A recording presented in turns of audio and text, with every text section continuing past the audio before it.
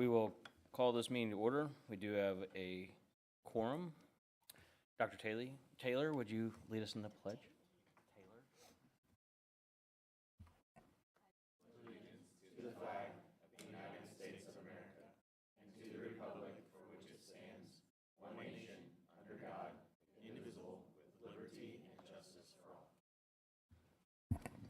Thank you. I'd look for a motion to approve the agenda as presented. So moved. All in favor? Aye. Any opposed? Motion passes. The next item on the agenda will be recognitions. We will start with swimming and diving state qualifiers.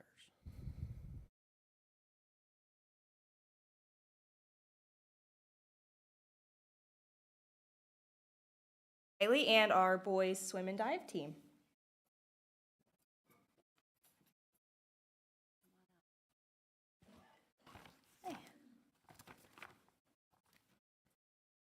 All right, thank you, board, for honoring tonight the Grain Valley Swim and Dive boys. This year was a great year for Grain Valley Swim and Dive. We were very small, but these young men fought really hard to be noticed at our competitions.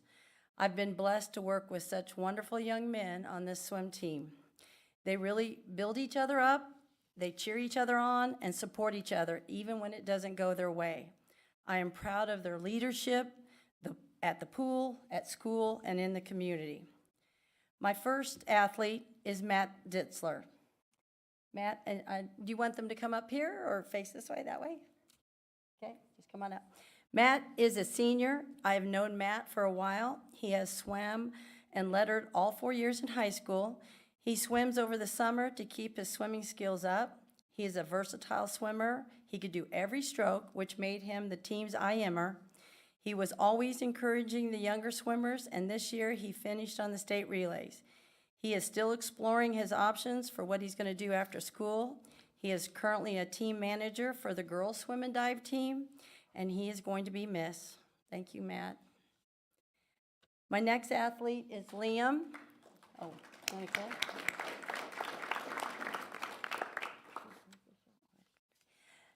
Liam is a freshman. He just started swimming last February in a swim conditioning program, and he has greatly improved. He joined the Grain Valley High School swim team this year, and I noticed right away it was like watching his brother swim, who swam in prior years. Liam told me that was his goal, to beat his brother's records. Well, he did this year. He made the 2024 state qualifying relay as a freshman, and I look forward to seeing him next year and what he can do, especially finishing all those 400 flies he still owes me. Thank you, Liam. My next swimmer is Connor Osborne. He is a junior. Connor came to the team late. He wanted to know if he could swim on the team. I said, sure. I asked him if he had ever been on a swim team before. No, just summer swimming. Right away, when he got in to swim, he was a natural. I was excited to see his abilities. He could swim all strokes, which most people cannot. This year, he made every state relay cut, and he almost made 2 individual state cuts. He told me next year he'll get them, and I'm going to hold him to that. I see him practicing every day right now. Thank you, Connor. My next athlete is Hayden Harshman. He is a junior. He has always been the team leader. He is always cheering for others, motivating his teammates, holding them to finish all the practices. Hayden has he got 4 individual state consideration cuts, however, and all the relays. However, he's only allowed to do 2. This year, he finished in the top 20 at state in his 200 free and top 24 in his 100 free. He also swam in the state relays. Hayden has 4 school records and is close to breaking others. Hayden has a couple goals, and that is to get fast enough to break his dad's 50 free and to swim in college. Well, he has 1 more year, and he is close to breaking his dad's record, and Hayden has also taken up swimming every day until we meet again next year. Hayden was voted the team's all-in, all-the-time athlete, and I agree. Thank you, Hayden.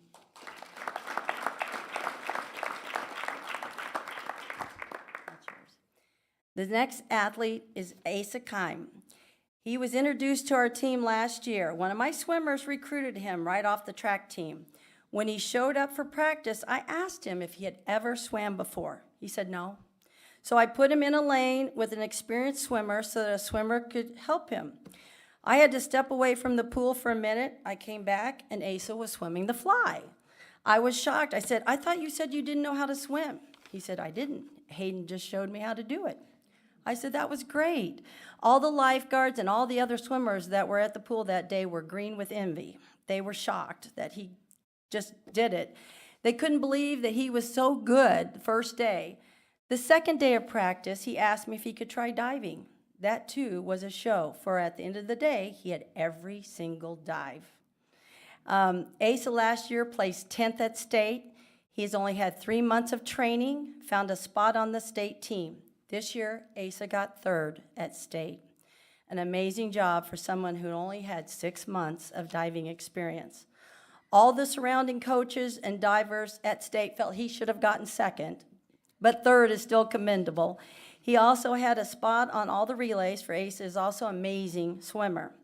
He too has 3 school records. He also broke Blue Spring South's pull-up record of 30 pull-ups. Obi wanted me to put that in there for you, which really impressed the Blue Springs swim coach. He is looking to a future in college where he can dive and pole vault, for he is also Grain Valley's amazing pole vaulter. He was voted for the highest award that we give swim and dive, and that is the Golden Eagle Award, which I truly believe he deserved. I think he will have a great and blessed future, and we are going to miss you, Asa. Thank you.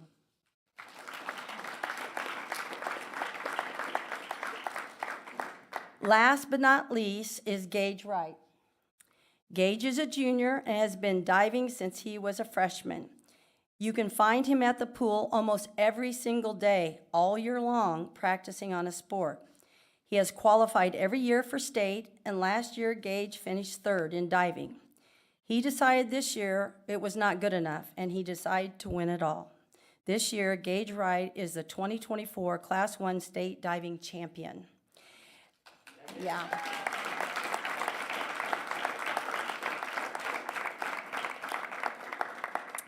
If you were there, he waited for the last dive to clinch the deal, so it was very intense show to watch. Judges who watched him dive all year long said he deserved it.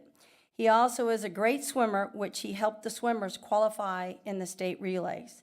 This is tough to practice both swimming and diving, but I told Gage right off the bat, because he's so good, and Grain Valley swim team is so small that it's called swim and dive. Gage has broken both Grain Valley school records in the 6 dive and 11 dive records. He was the conference champion this year. He was the district champion this year. He is also helps with the girls, Grain Valley girls swim team for diving. He is currently being pursued by a few colleges for his diving, which he also is trying to get 3-meter and a little bit of platform diving. But he has to drive an hour away to do that. He has 1 more year, and we're hoping he comes back and do it all over again. So thank you, Gage.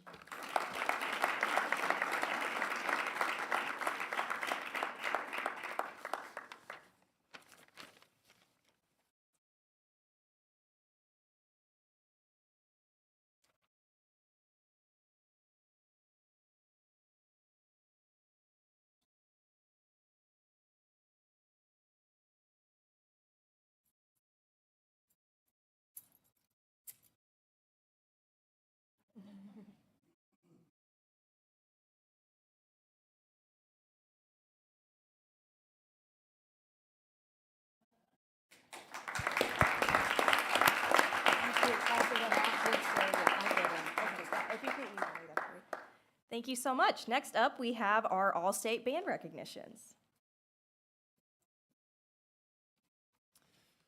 Good evening. Thank you very much for taking time to recognize these students who have achieved all-state recognition here in Missouri with Music Education Conference. Tonight, we're recognizing junior Caden Byers and sophomore Julia Bledsoe. Caden is a percussionist within our program. Caden is a percussionist. Julia is a French horn player. You might recognize both of them. They made all-state. Julia was all-stater last year, and Caden was honorable mention. Yes. Yeah, both tremendous achievements. To even be able to qualify to try out for All-State, they have to make our local district honor band, the WCMMEA, competing with a lot of different schools. They're learning challenging music and materials on top of band, on top of school, on top of jobs, friends, everything else. They're taking time to do that independently. Once they make that band, they travel to Columbia Hickman for the day, another challenging round of auditions, and both of these students are going to be performing with the All-State Band at the Music Educators Conference at the end of January. Caden is going to be third chair percussion, and Julia is going to be second chair French horn. This is Julia's second year, and as a sophomore, to make the All-State Band as a freshman and sophomore is a really rare thing and a significant achievement. So we're very, very proud of both of them. We know they're going to represent Grain Valley with pride and do an excellent job. So congratulations.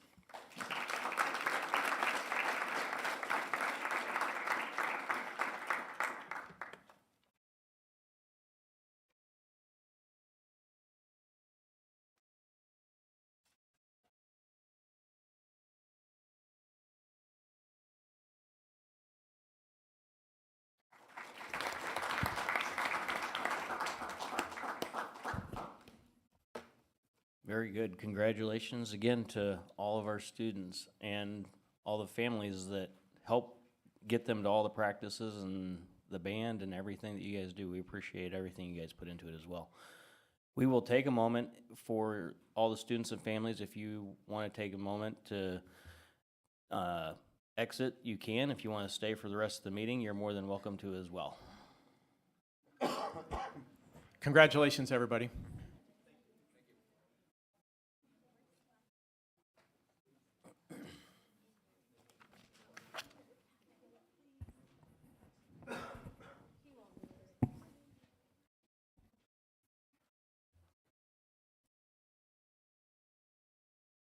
All right, next on the agenda is patron comments.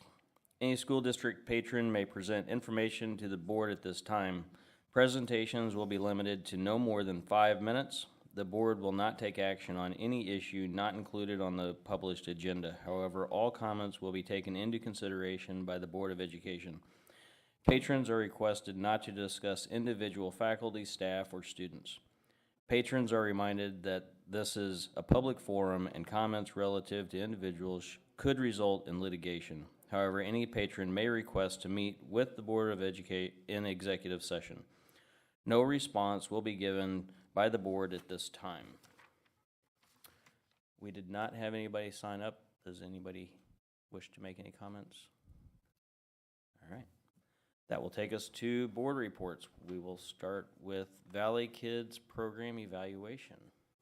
Very good. We are pleased to have Amanda Haggerty with us tonight. She is our new director of Valley Kids, here to share the program evaluation. Thank you. Excuse me. Good evening. Once again, my name is Amanda Haggerty. I'm the director of Valley Kids for the school district's before and after school program.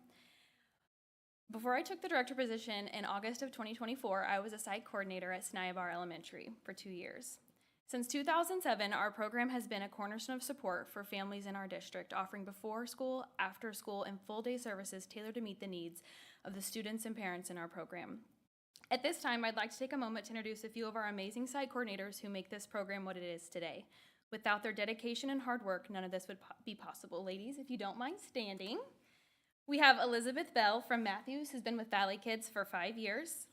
Elizabeth Mayer from Prairie Branch Elementary, who's been with Valley Kids for 11 years. Madison Martin from Stony Point, who just joined Valley Kids a little over a year ago. And Debbie Coleman from Sniabar Elementary, who couldn't be here tonight, but she's been a part of Valley Kids for 11 years. Our site coordinators play a crucial role in supervising students in various settings, including snack time, individual games, playground activities, classroom work, organized arts and crafts. They also oversee Valley Kids part-time staff by planning, scheduling, and coordinating activities, prioritizing tasks and ensuring everything runs smoothly.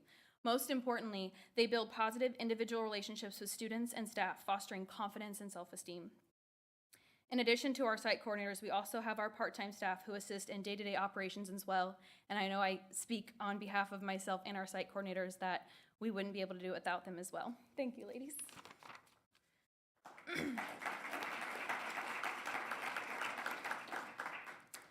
So some of the services that Valley Kids offers meet the needs of our families. These services are broken down into 3 contracts throughout the year. Our first one is our before and after school program, which is offered from the months of August to May. We also offer full day care during this contract, which is available during things like parent-teacher conferences, teacher professional development days, break periods, and weather closures. Our second contract that we offer is Summer SOAR or Summer School, which is in the month of June. And the last contract we offer for our program is Full Day Summer Program, which is in the months of July and August, and that operates from 6:30 in the morning to 6 o'clock at night. I would like to mention that our program is fee-based, which includes our full-time and part-time weekly tuition in our addition to our registration fee and full-day rates. These fees cover operating costs, including field trips and special activities, ensuring a well-rounded experience for all of the students in our program. So when you walk into Valley Kids, you'll see that all of our students in our program have an opportunity to engage in play, active movement, relationship building, and STEAM learning. Additionally, academic support is provided through homework help and tutoring. Just like last week during our crazy snowstorm, we helped 171 students complete their snow day AMI packets. So I applaud the staff in assisting all of those students. Some of the professional learning requirements that our staff are asked to have is CPR and first aid certification with the American Heart Association, ALICE training, vector training, child care development health and safety training, Missouri Milestones Matter training, caring for vulnerable children. Some of the things that I've been able to accomplish in the past 5 months is that the state subsidy application submitted for Matthews Elementary has been submitted with an inspection date set for January 22nd. This will allow families in our district who are at or below 150% of the federal poverty level to receive assistance from the state to offset pay for Valley Kids services. I believe if there are families in our district who want to be a part of this program, they should have access to services even if they can't afford it. I've streamlined parent communication by utilizing social media platforms, transitioning to Parent Square, and introducing a monthly newsletter. I took over the responsibilities of accounts coordinator and smoothly transitioned Debbie Coleman into site coordinator at Snibar Elementary. I developed a new hire orientation guide, which includes things like goals, safety, security, basic first aid, emergency intruders, professionalism, and code of conduct.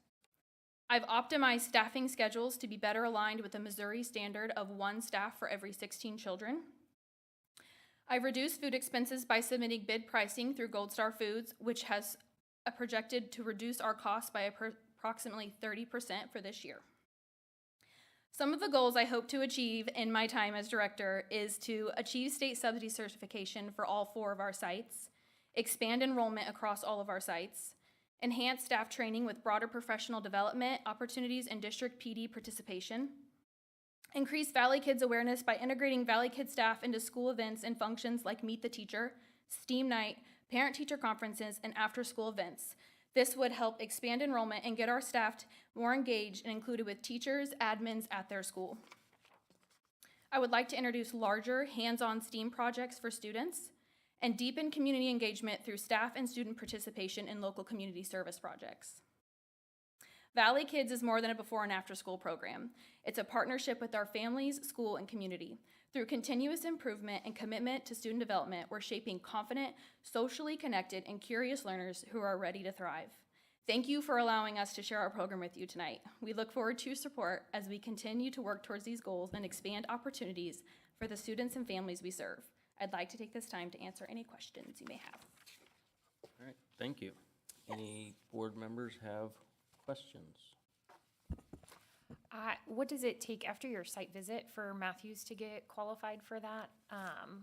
What does that process look like for you? So for inspection purposes, for inspection, they're looking to see that all of our staff are CPR certified, which they are, have at least 6 hours of childcare training, which they have, TB test, state background check, which all of our district employees have background checks, a federal background check. They're looking for our emergency plan, which is in all of our classrooms and in our walls. Enrollment forms, which is how our students in our program enroll online, and then our provider policy manual, which is our handbook.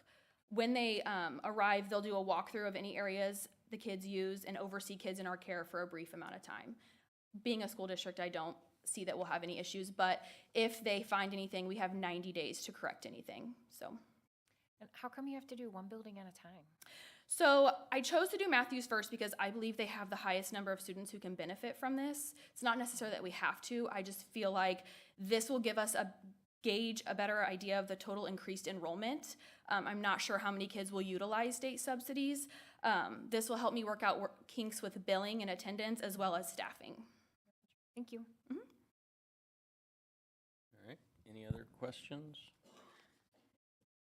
I should know the answer to this, and it's probably more of a Dr. Gooch question, but this program is a standalone program. It has to make its own money, and it is, I don't know that the word profitable is appropriate, but it is sustainable. It is a break even for us, yes. And yes, to answer your question, yes, we are. Sustainable? Yeah. Okay. My other question, and this, I don't mean for this to sound argumentative at all. When we started this program years ago, the argument that this would not be a substitute for daycare. In other words, it would not be daycare. Correct. It would provide more value to our patrons. Can you just tell me a little bit about how we are different, how your program is different than a daycare? Yeah, of course. So I would say that a big difference between our program and a daycare is our program has ages ranging from kindergarten to 5th grade. I feel like most daycares, sanction their kids off into different age group. I feel like there's a level of learning that kids are able to have by intermingling with their peers who are younger and older. They're able to learn things differently from a 5th grader, and a 1st grader is able to pick up, different qualities from a 5th grader. We also offer, different crafts and activities. I know daycares do that as well, but we also implement on-site activities and field trips. So, to answer your question, we're not a daycare. We're a before and after school program. You can look at it as a daycare, but I certainly don't see ourselves as a daycare.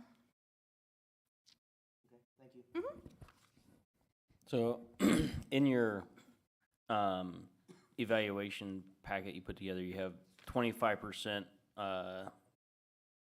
academic support. So can you elaborate on that? Yeah, so we don't obviously make any of the kids do homework or academic activities. There are a few of our parents who ask us to work on things like sight words or mathematics, and we'll work with the teachers to get things like that the students need to work on. All of our staff are more than willing to help with homework help, but we don't necessarily require it unless the parents ask us to assist, and we were more than willing to do that. And as far as the sites that offer the weekly STEM experiences, can you elaborate on that? Yeah, so that's definitely an area I would like to see increase. STEM can range from anything from science, technology, engineering, and arts. We're definitely heavy in the arts. We do a lot of art projects, but some of our STEM things can range from making oobleck or getting unconventional items and building towers or getting out magnet tiles that aren't normally readily available to our students.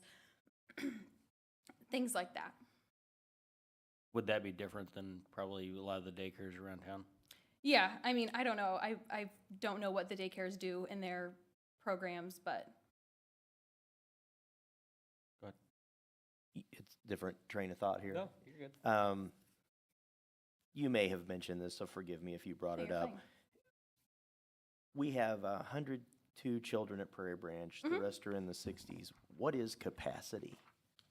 So our capacity is when we reach ratio. So our ratio is 1 to 16. So right now, we haven't reached capacity at any of our sites. In the morning, I ran a report for, our childcare software can run a report for as little as every 15 minutes to every 30 minutes. And I can run a ratio of the minimum amount of kids we have to the maximum amount of kids we have in our care every 15 minutes. And what I found, we were operating below our standard, the Missouri standard. So we have quite a bit more room before we hit capacity. So as far as that ratio is concerned, you could hire more people, right? Yes. And raise, and continue to Correct. increase with kids. Mhm. But we've got X amount of space. Yes. What is really our capacity based on our space? So Matthews Elementary, I would probably cap it at 100. Right now, they're at, let me pull up my thing. Matthews Elementary's at 69, so I would probably cap them at 100. Again, that's not the amount of kids that are ever in our care in a single given time. That's AM and PM combined. So the max amount of kids we see in the morning at Matthews is 34. So I mean, I've never seen it in the 2 years I've been there reach 100. For instance, Snibar this morning had 51. We could have 51 more if we needed to. So that's just, those numbers are as an AM, PM total as a whole. So then when I'm looking at Prairie Branch, for example, it's at 102. Would you consider that building at capacity at this point? No, not quite. In No, the morning, they okay. have 69, and in the afternoon, they have anywhere from about the same, 53 to 69, and the kids are leaving in the afternoon. The morning, it is a little trickier because they're coming in, but we really don't get the bulk of our kids until about 8 o'clock. So we're really, full about 8 to 8:40. So we have a few more kids that we could add, but I would probably cap enrollment at Prairie Branch total for the morning at 100 kids. Okay, thank you. Any other questions? So, I do. I was just trying to do the math on it, and it looks like, from a percentage standpoint, it looks like each of the programs is between 13 and 18% of the school enrollment, with Snai and Stony being 13%, Matthews being 16%, and Prairie Branch being 18%. So, do you know, or do you have an idea of why Snai and Stony Point would be so much lower on a percentage basis of who's using Valley Kids? Affordability. I mean, our parents at Prairie Branch, they can afford it. I'm hoping when we roll out state subsidies to Snibar next, that will help increase enrollment. But that would be my biggest guess to why enrollment at Snibar is much lower than a Prairie Branch site. Okay. And again, kids aging out of the program as well. So there are kids that eventually age out of our program. So hopefully we can get younger kids in through advertising and attending school functions and things like that. All right. Any other questions? How long does it take to get state subsidies? So it took me about 4 months from application to inspection. So that will be much quicker. I had to do things like apply for Missouri Buys, which is how we get paid. I had to pull, sorry, let me pull up I had to set up Missouri Buys, which is how we get paid. I had to do E-Verify updates, which recognizes that all of our staff are allowed to work in the state of Missouri. I had to submit a Form 943, which is the vendor no tax due, meaning that our program doesn't sell any taxable tangible goods. So now that all of that's done, I can just upload those same documents for every site. I just have to make sure all of our employees are CPR certified, which they are, and then have the tuberculosis training and the other additional trainings that they need. Thank you. Yeah, I've just got one question. Does the state pay the same, will they pay the full amount, or will it be a partial amount of what everybody else will be paying? Yeah, so the way state subsidies work is families will be required to apply through DESE. So that is based on their income level and the amount of people they have in their household.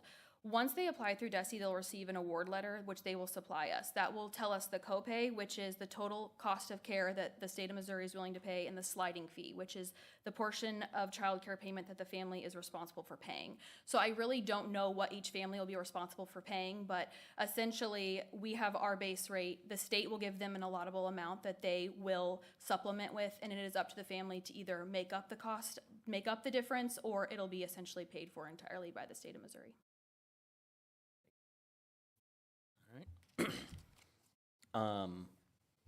Does Valley Kids offer or have special needs students that also attend?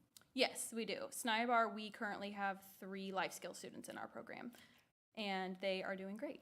So they do not have a para. They are integrated with everyone else, and as long as they can be in our program without any toiletry needs and without altering our program, we don't require a one-on-one para. But we certainly, if there are kids that are interested in our program that do require more assistance in toiletry or things like that, we will hire a para for. All right. Any other questions? No? We appreciate you coming in. Thank you so much. Thank you. All right, that will take us to superintendent's report. I want to touch on some highlights for the board. Our revenues and our overall expenditures are both tracking accordingly so far this year, month over month. The health premium overages, what you are seeing, this is as of the end of last month, you're seeing that we had paid out $500,000 of our $800,000 budgeted. But I do need to tell you that just this week we authorized a $300,000 payment. So once that gets processed next month, you will see that we're right at our budget for the year for our overage payments. And then student attendance, we're tracking accordingly for the time of year as well. Other highlights, I did want to take the opportunity to talk about AMI days and snow makeup days. So Missouri gives Missouri school districts 36 hours of AMI time for weather or other cancellations. That for us, that translates to just under five and a half school days. We've now used our 5 full days, and in order to hit our target of 169 student contact days, which is there's a new incentive this year with Senate Bill 727 going into effect, that if we have students in person for 169 days this year, then we will get an incentive payment for the next budget year that will go towards improved teacher pay. So we are working hard to maintain those 169 days. We had thought that perhaps our partial day AMI would be something we could use for day number 6, but DESE has since come out with clarification. Apparently they were getting that question a lot. They have since come out with clarification that is not how we are to use it. So they kind of teased us with the 36 hours because it's really challenging to use the last half of a day on that. So what that means is we've used up our AMI days for weather days. And at this point, we have also built in 6 snow days into the calendar. 2 of them are the Friday and the Monday around Easter weekend, so it's April 18th and the 21st. And then the other 4 are Tuesday through Friday following the Memorial Day. So we're going to put out some clarifying information with our families and our staff to remind them that those 6 days are in play if we have either a single day event or, heaven help us, if we have another 5-day event, that we could end up shortening our Easter weekend. We could end up coming back after Memorial Day. So we're not going to commit right now to which day is next. But I will tell you, in another few weeks, we get through the bulk of winter, and the extended forecast is looking favorable for us. I will say that my best guess is if we need to make up just one day, once we get through most of winter, the biggest candidate is probably the Monday, April 21st. But if we get to 3 days, then we're going to have a big decision to make, because coming back after Memorial Day, the student attendance, we also take a hit on coming off of that holiday. So, would anybody come back for 1 day? But if they came back for 3, so we'll have to evaluate at that point. So yes, if we just get one more, I think the Monday, April 21st is the easy pick. But if it's more than one, then we'll want to reevaluate the whole mix. So wanted to make sure that we were clarifying that. Any questions on the AMI? And we can come back to that too. A couple other things. You saw in our finance report that we have earned $418,000 to date and in our interest this year, and we're expected to reach $569,000, just given the interest schedules that we have locked in yet this year. That compares to $398,000 that was budgeted for the year. So we just thought as we hit the midpoint on the year, we made really good interest a year ago, but we intentionally dialed back our budget of anticipated interest because it just looked like with the feds that interest rates were going to be lower, and so our returns were going to be lower. But we've had a really solid first half of the school year. Any questions on that? And we have Mr. Aaron Hooper with us to kind of help us answer any finer points tonight on that as well. In terms of, you meant by year, is this school year or is this calendar year? School year. So the budget for the fiscal year 25, which is the 24-25 school year. Thank you for that clarification. And then I wanted to point out, the volleyball team had a very successful fall season, and they were officially the ones that kind of broke in the new field house at the high school. But we had a special basketball event during the school day, and so Dr. Drew Smith, the principal, and I, we put together kind of a community thank you video, and we used some footage from the game that day, and we kind of had a dialogue back and forth on that. It's got quite a few views, but we just wanted to tell our community thank you for helping us out, being able to provide for the students in that way. And then there's no changes to the calendar events on your highlights page, but if there's any questions on the highlights or anything within our superintendent's report, we'd be happy to talk about that. And we also have the financial summary, which was as of December. Okay. Does anybody have any questions on the report or the summary? One quick question. Student attendance appears to be stable at roughly 87%. We're so close to our goal of 90. What can we do? We being you, not me. I knew what you meant. What can we do to get us over the top and get us to 90%? Anything creative that we can potentially do to get more kids in seats? Yeah. Dr. Allen, you want to take that one on what's underway? And Sure.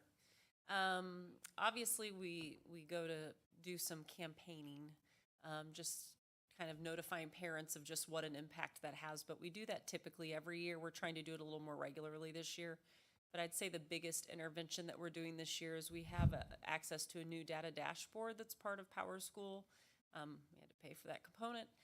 But what it allows us to do is to track the last 5 years of attendance, and it'll allow us, it kind of overlays the graph so we can see, what times of years we struggle the most, how are we compared to previous years, throwing out the pandemic years, and really kind of compare prior to the pandemic and post, and we're trending more positively than we have. There's definitely struggling times of years, and I would say that December to February is a hard one because of illness. We really feel that a lot. But one of the neat components of this is it'll tell you kids who are chronic.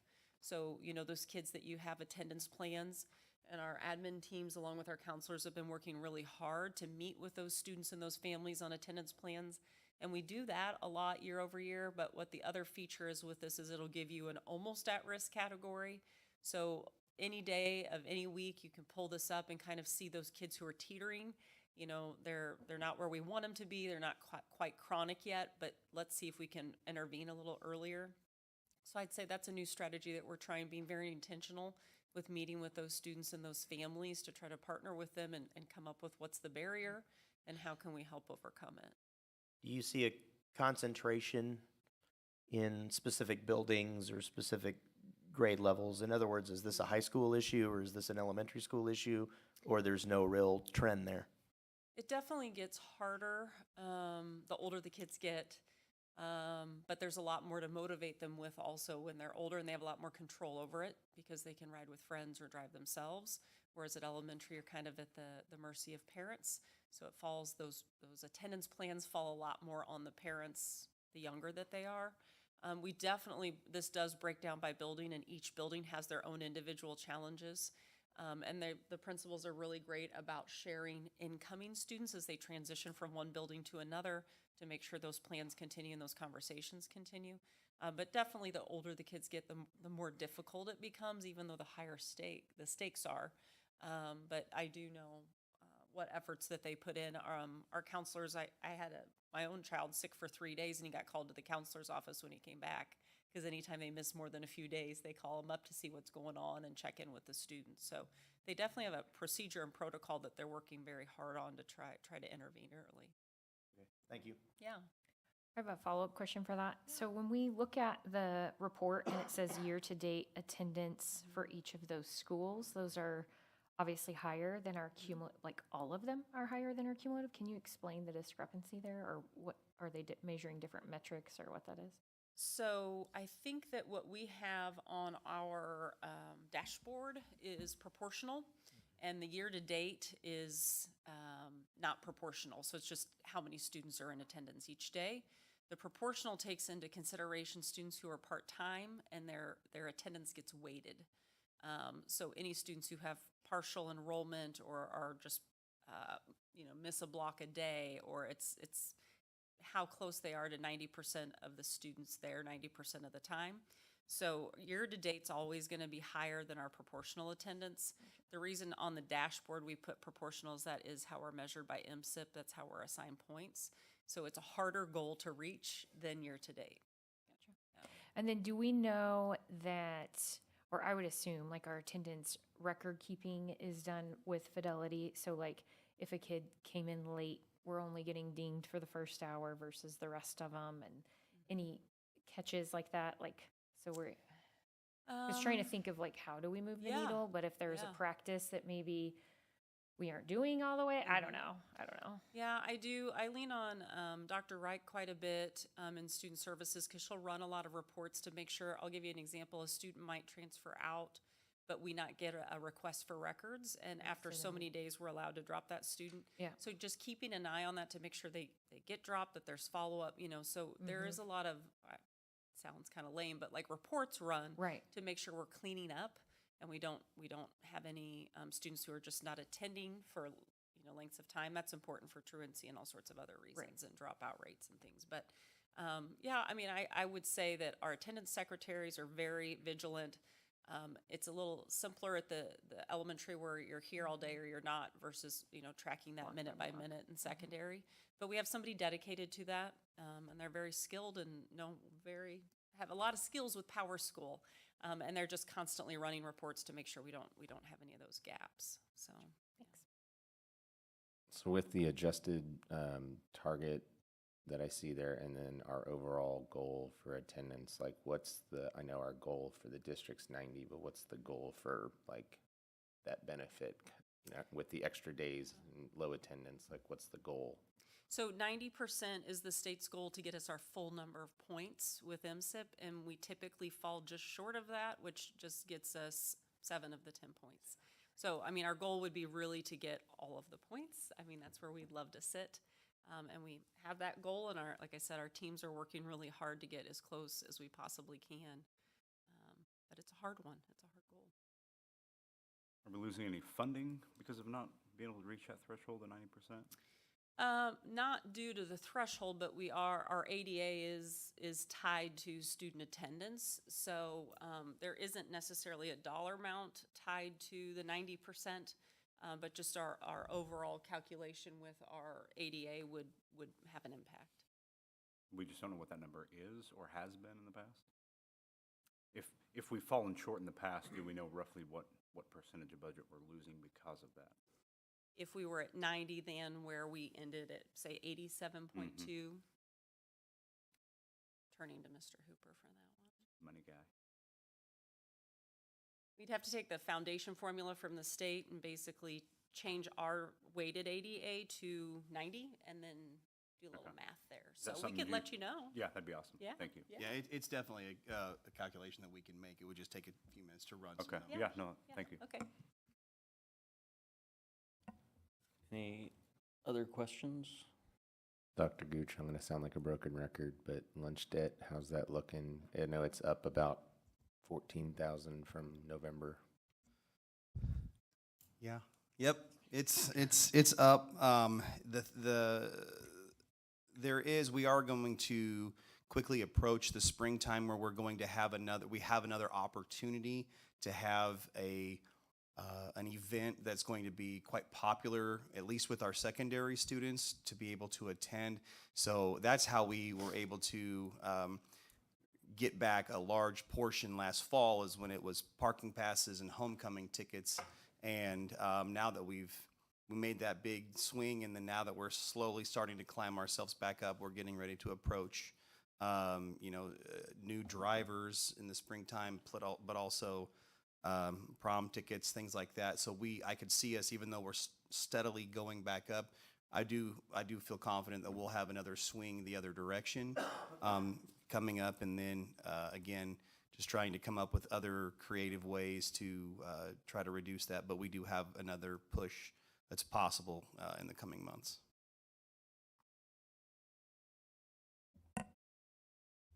Any other questions?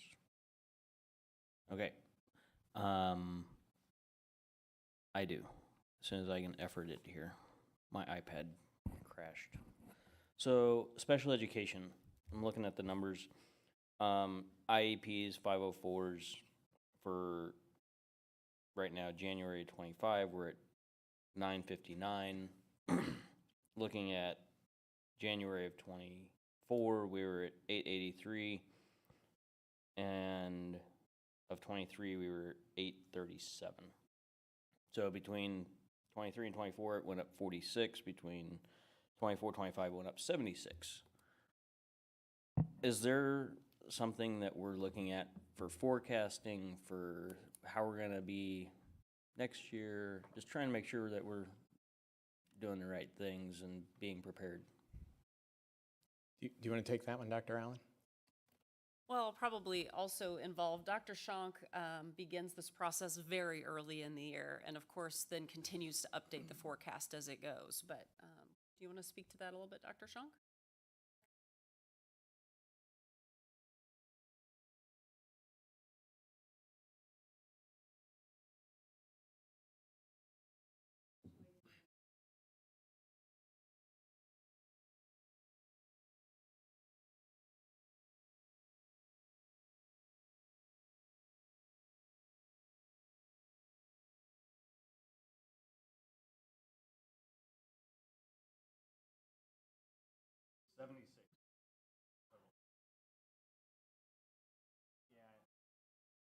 I think that's right.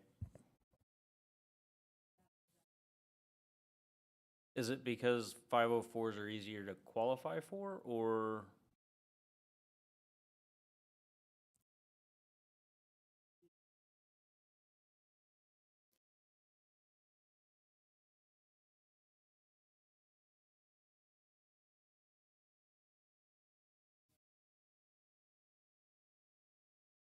Okay.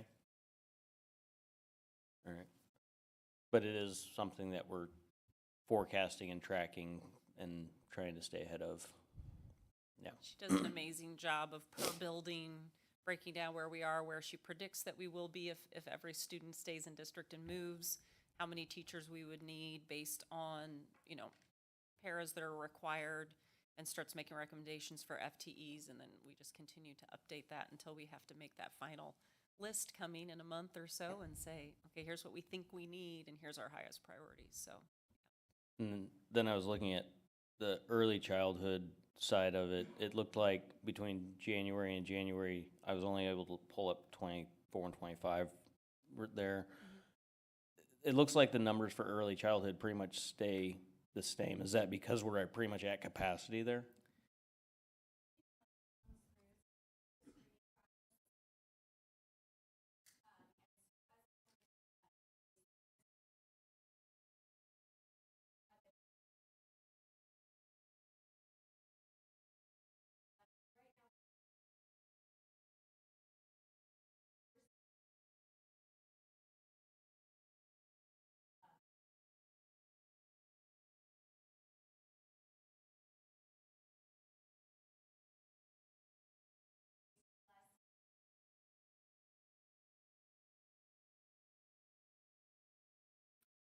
And that's a familiar trend, pre-K through 12th grade for us, that although our percentage of students with special needs has increased gradually over recent years, the types of qualifiers for the students is more towards more intensive therapy types of needs. And whereas years ago, you would have had your largest category would have been students with learning disabilities, that's now one of the smaller categories of qualification. So if you have the same number of students year 1 versus year 5, but the needs are more severe, then your staffing needs are much more significant. So along with the projections and forecasting that the team does, they're also looking for efficiencies as well. So our folks who work in those roles, they know that from year to year, they might be asked to change assignments because we're staff heavy in one area and we're lighter in another. And so whether you're a para or a teacher, we don't like to do that, but we have to do that just in order for us to make our other financial priorities, growing our other instructional programs and being able to put as much money towards our teacher pay as we can as well. All right, very good. If I could interject one last thing in there for as well, it was weird for me to interject on this, but it's also something Dr. Shank does a great job of bringing her, forecasting her future needs to the team, so we can also look at that for long-range planning as far as building, future projects as well. So that's also brought to us as well. So when we talk about whatever the next phase or project or whatever it is, that's also been discussed for a length of time as we prepare to build something new in the future. So just thought I'd interject that. So to that end, so planning for the 25-26 school year from a room capacity or need, when would you have those estimates ready and be looking at that? Now? Okay.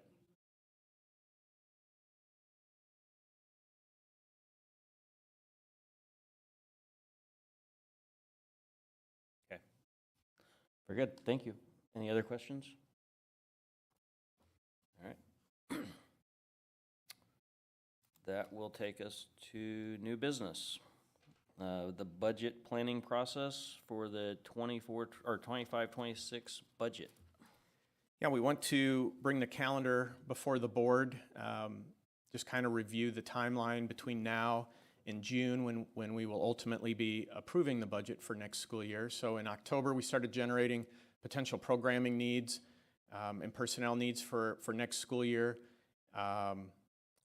It's January, so we're looking at the calendar. February, we will have prioritized the requests for next year and the needs, and we will bring those to the board. Typically, the other thing that happens in February, just to kind of piggyback on the previous topic, is there's usually a handful of new FTEs that are either compliance-based because of special education caseloads, so when we need to add personnel, or they're otherwise such a tight labor market for that certified position that we will bring some priority positions for the board to take action on as soon as next month.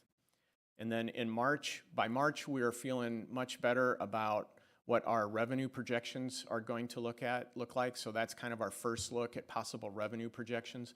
And one of the big looks this year will be to see how the legislative session is going and kind of get the flavor for is the state going to make good on the second half of the SAT multiplier and being able to fund that for school districts in Missouri. And then also with Senate Bill 727, that didn't just give us the 169 student contact day initiative. It gave us a lot of other things that have price tags on it. So we should know by March how it's looking, and hopefully the legislature is able to provide the funding so that we can start building the budget next year with some of the new pieces that are going to be engaged in Senate Bill 727. By April and May, we're revising, making changes, And then the board will have the draft budget on or before June 5th, and with a vote 3 weeks later. So that's kind of the outline of the process. And then you see below our CSIP priorities, and of course, our big priority on this 5-year plan, this is year 4 of our current 5-year plan, was to provide competitive pay for team members. And even though we took a big step forward on that with the passage of our ballot measure last spring and the restructuring of our teacher salary schedule, now we need to continue to monitor it and continue to feed it when we can. So that doesn't just go away just because we passed our levy, because the neighbors are all putting money towards their salary schedules as well. Maintaining class sizes within district standards, the costs of meeting the needs with behavior and academic needs, that doesn't get any cheaper. And then there's other challenges there, competitive labor market, increased costs, the shifting of school funding from state to the local effort. We've already talked about Senate Bill 727. And then, there's other actions that are underway, potential limiting of either local assessments or local taxes on personal or real property, either by statute or pending court cases. So these are all things we have to kind of pay attention to as we're planning ahead. All right. Any questions on the planning process and the timeline? Have you looked at any potential dates for the finance committee or the subcommittee to get together to review items Yes, as well? we do have a meeting, I think it's the first week in February. Does that sound right? Seems like it's early in February. But we'll make a note so that we can put a reminder out to those folks and make sure that we have that going. The other, while we're on the topic, the other engagement committee that's pending is the facilities planning committee meeting. We're waiting on our architects to give us a projected time. We asked them to give us at least a couple weeks' notice, but we've got a lot to talk about with our facilities planning committee. But I'll make note on both of those. You were correct, Dr. Welly. Early February, February 11th. February for 11th, the thank you. finance. All right, thank you. We do have a few action items on the agenda tonight. The first one would be to add a .25 FTE 504 coordinator support for the spring 2025. I would look for a motion to add .25 FTE for 504 coordinator support. So moved. Second. All right. Any discussion on this? Dr. Welly, you want to? Yeah, so we have some coordinated support that goes on behind the scenes. And as we've already discussed, our 504 numbers are pretty strong compared to a year ago. So 2 things are happening. One is tonight we're asking for a .25. And so how it becomes a .25 is we want someone who will work part-time for us from now until the end of the year. And they'll know when they take the job that there's no guarantee that this job continues. We just need help this spring. But I will say that a full-time position is on our short list that is under consideration that we will talk about in some form a month from now. And at that point, our team will either be asking for a full-time FTE for a year from now for more 504 coordinator, or we'll be explaining why it's not a priority at that time. But either way, it's going to be on the list.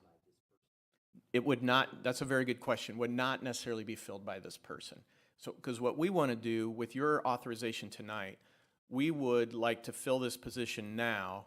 They will know that we're growing in 504s and there is a chance, and if we do have a position next year, that they would be eligible for it. But it isn't guaranteed. Do you have a candidate already? I do believe just in the discussions within the internal discussions, there's a buzz that we know we need more help. So I do think we do have at least one person who has expressed interest. So we know there's a possibility out there, but the job isn't posted yet. So we'd want to post it and see who we get. Is this something, with it being a .25, that someone could take it on almost like an additional stipend project, or? I would say one creative solution would be if there is a recently retired teacher or retired certified personnel that could come in, they could be drawing their retirement benefits, and this would not put them over their 550-hour limit. So there would be some really good candidates there, especially if they've been retired for 6 months and they're getting antsy, and they kind of want to get back in and help out in some way. So that might be our better pool at this point in the year. Okay. Any other discussion or questions? All in favor of approving the motion, say aye. Aye. Any opposed? Motion passes. The next item is to add a baseball coach stipend for the spring 2025. I would look for a motion to add a high school baseball coach stipend. Mr. Porter, just a quick question.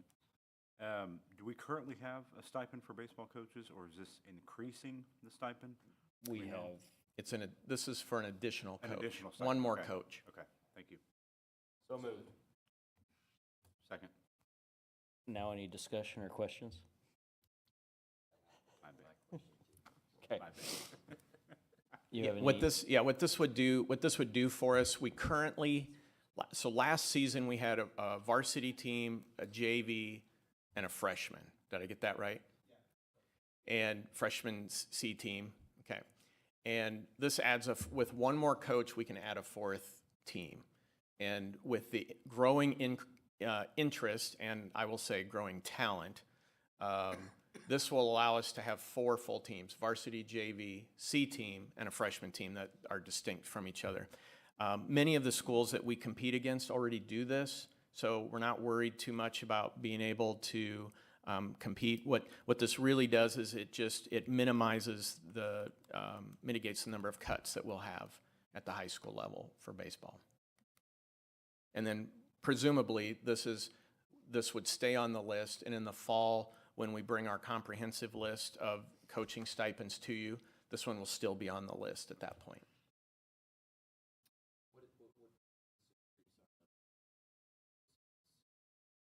How many? Yeah, How many additional? how adding a team, how many is on a roster at that level?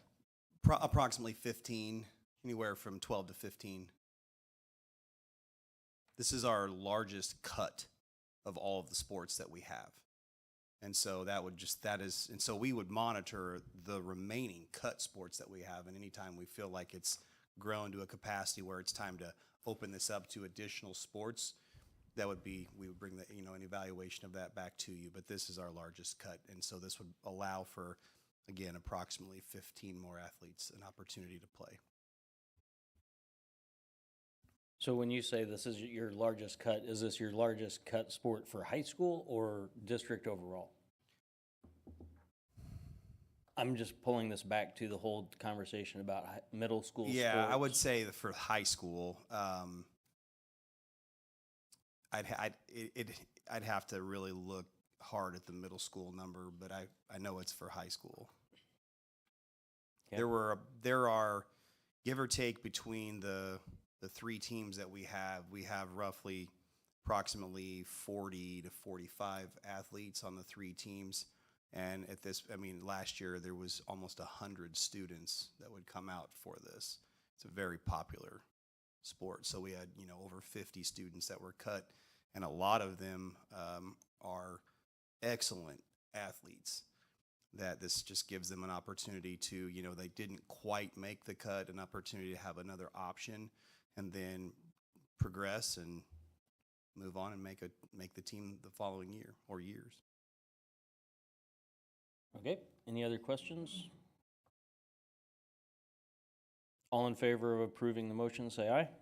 Aye. Any opposed? Motion carries. Next would be the MSBA Advocacy Day, March 11th. Yeah, you've maybe seen an invitation for this in your email. You can register online, or you can work with Ms. Clapp and she can get you registered. But this would be your designated day through the Missouri School Boards Association to get at the Capitol, to have some group events, to meet with our elected officials, and to talk about all things public education related legislation. So if anybody's interested, I would encourage you to participate. Any questions on that? Very good.